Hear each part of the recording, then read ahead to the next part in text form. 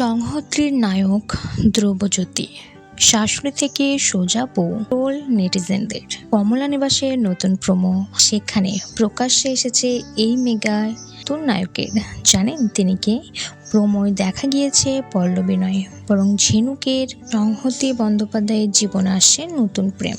সম্প্রতি জি বাংলায় শুরু হয়েছে কমলা নিবাস ধারাবাহিকটি দেবশঙ্কর হালদার এবং সোহিনী সেনগুপ্ত রায়ের। ইতিমধ্যে সকলের মন জয় করে নিয়েছে এই ধারাবাহিক। আপাতত ধারাবাহিকের গল্প অনুযায়ী দুর্ঘটনায় সাগরহীন পল্লবী নাতলা পর্যন্ত গড়িয়েও বিয়ে ভেঙে যায়।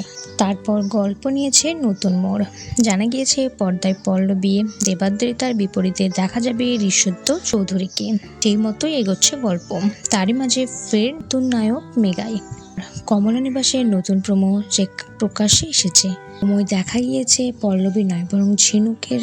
এই ধারাবাহিকের সংহতি বন্দ্যোপাধ্যায়ের বিপরীতে নায়কের ভূমিকায় ধরা দিতে চলেছে ধ্রুবজ্যোতি সরকার। এর ধ্রুবজ্যোতিকে সংহিতার সঙ্গে অনুরাগের ছোঁয়া ধারাবাহিকে দেখা গিয়েছিল। সেখানে রূপার ভূমিকায় দেখা গিয়েছিল সংহতিকে। সেখানে রূপার জামাইয়ের ভূমিকায় তিয়াশা লেপচার বিপরীতে দেখা গিয়েছিল জ্যোতিকে। ফলে সেই মেগায় তার শাশুড়ি জামাইয়ের ভূমিকা ছিল। এখান থেকে একেবারে এই মেগার সংহতির নায়ক। এই প্রোমোর প্রকাশ্যে আসতেই একজন লিখেছে, বাবারে, শাশুড়ি থেকে একেবারে ডিরেক্ট বউ মাত্র সিরিয়ালেই সম্ভব। আর একজন লিখেছে, ওরে বাবা, শাশুড়ি থেকে একেবারে বউ, অনুরাগের ছোঁয়া প্লাস কমলা নিবাস মন্তব্য করে চলেছে। তো বন্ধুরা, আপনাদের এই বিষয়ে কোনো মন্তব্য থাকলে অবশ্যই কমেন্ট করে জানাবেন।